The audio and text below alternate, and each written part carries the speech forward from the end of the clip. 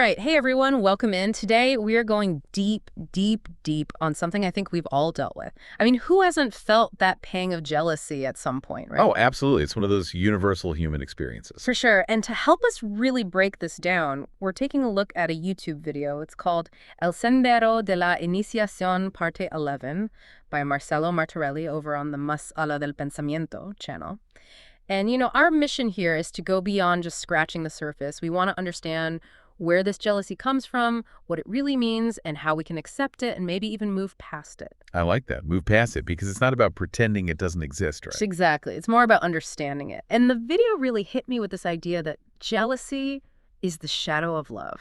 I mean, wow, that's powerful. What do you what does that even mean for us, practically speaking? So I think it's saying that jealousy isn't this separate thing, this bad emotion that's somehow invading us. It's actually connected to love, like two sides of the same coin. I see what you mean.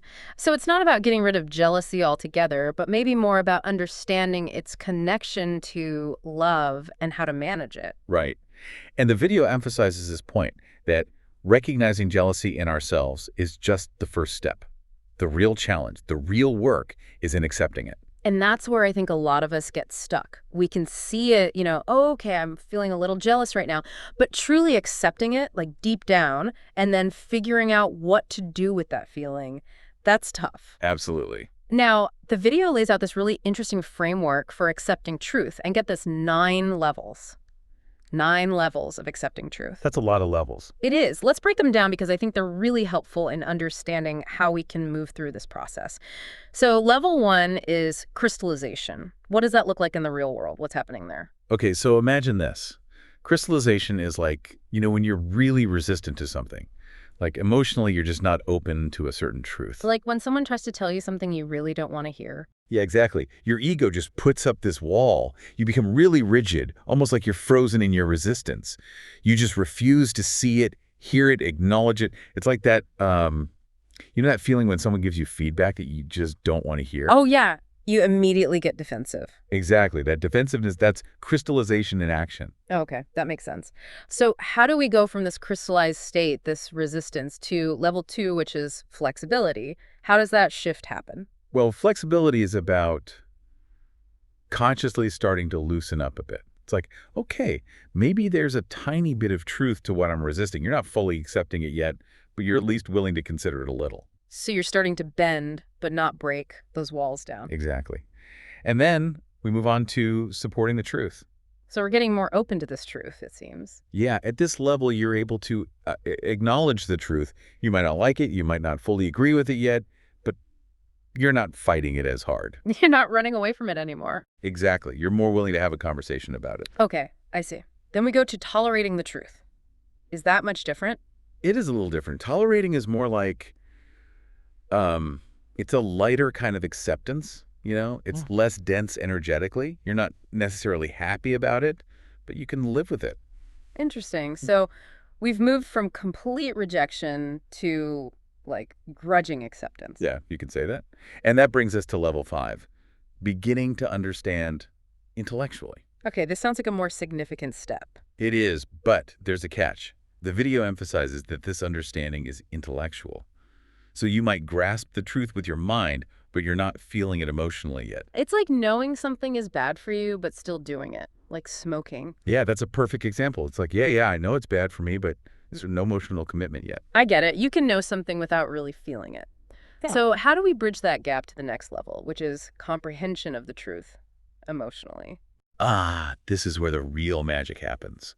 This is when that intellectual understanding goes deeper and you actually start feeling the truth. You experience it emotionally, and that's when real change can begin. So it's not just about saying, okay, I understand I'm jealous. It's about feeling the weight of that jealousy, understanding where it's coming from and how it's impacting you. Absolutely. It's about connecting to the truth on a heart level, not just a head level. Wow, that's deep. And once you reach that emotional comprehension, it seems natural that the next step is decision to change. Exactly. Because once you've truly felt the truth of your jealousy, you realize that something needs to shift. The old ways of thinking and reacting just don't work anymore. And that leads us to acceptance of the truth. Is that the final destination in this journey of acceptance? It's a huge step for sure. This is where you start to fully embrace that new truth, after making that conscious decision to change. But there's one more level to go. Okay, so what's the final level? The final level is naturalizing the accepted truth. What does that mean in, like, everyday life? It means that this new truth, it's become so ingrained in you that it's just your new normal. It's not something you have to think about or work on anymore. It's just who you are now. Like learning to ride a bike. At first, it's all wobbly and you have to concentrate so hard, but then one day it just clicks and you're riding without even thinking about it. Exactly. That's naturalization. Wow. So it's a whole journey, these 9 levels. It shows that overcoming jealousy, or really any deeply rooted issue, it's not a quick fix. It takes time and effort. The video also talks about internal work, that inner reflection and effort that's needed to move through these stages, especially when it comes to accepting the truth of our own jealousy.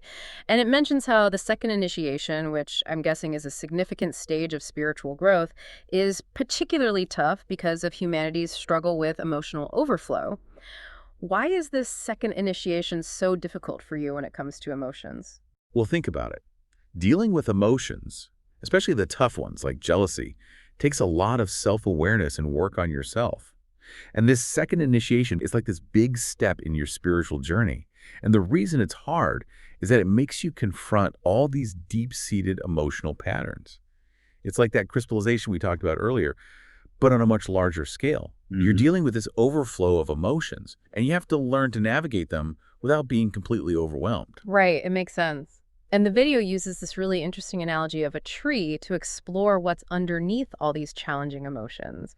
The fruits of this tree, they're things like jealousy and envy, spite, even revenge. So, what's at the root of this tree? What's feeding all these negative fruits? The video asks that exact question. And the answer might seem simple at first, but it's actually really profound. The root of the tree is possession. Possession. Okay, so at first I'm thinking about stuff, my car, my house, things like that. But I feel like the video is talking about something much bigger. You're right. It goes way beyond just material things. The video talks about how this sense of possession, this need to own and control, is actually at the heart of so many conflicts in the world. Wars, fights over land, resources, power. It often boils down to this idea of, this is mine and you can't have it. Oh, wow. That's a whole new way of looking at things. So, how does this connect to our personal experiences of jealousy in relationships? Well, think about the language we use. My wife, my husband, my boyfriend, my girlfriend, we're constantly using possessive terms to describe the people we love. Yeah, it's like we think we own them in some way. Exactly. And that's where jealousy comes in. It's that fear of losing what we think belongs to us, even when it's another person. And it's not just with romantic partners, right? The video points out how we use this possessive language from a young age. My mom, my dad, my toy. It's everywhere. You're absolutely right. We're conditioned to think in terms of ownership from the very beginning. And the video even takes it a step further, suggesting that the soul itself possesses the body. It's a really deep concept. That's mind-blowing. So it's not just about stuff or even people. It's a fundamental way of seeing the world, this idea of ownership. Exactly. And the video's big point is that this sense of possession is at the root of so much of our suffering, both individually and collectively. It's why this second initiation, this spiritual challenge, is so difficult, because to overcome jealousy and all these negative emotions, we have to start dismantling this deeply ingrained sense of possession. Wow. So we've come full circle. We started with jealousy as this shadow of love, and we've landed on this idea of possession as the root cause. It's a lot to think about. It is, and it really challenges us to rethink how we relate to everything in our lives. Absolutely. So for everyone listening, I encourage you to take some time to reflect on this idea of possession in your own life. Where do you feel that sense of ownership most strongly? Is it with your possessions, your relationships, even your own body? And how might this sense of ownership be contributing to feelings of jealousy or other negative emotions? And here's a final thought for you to ponder. If possession is really at the heart of so much conflict, what would happen if we consciously started to let go of that need to own and control? How would that change our relationships, our communities, even the world? It's a big question, but I think it's one worth exploring.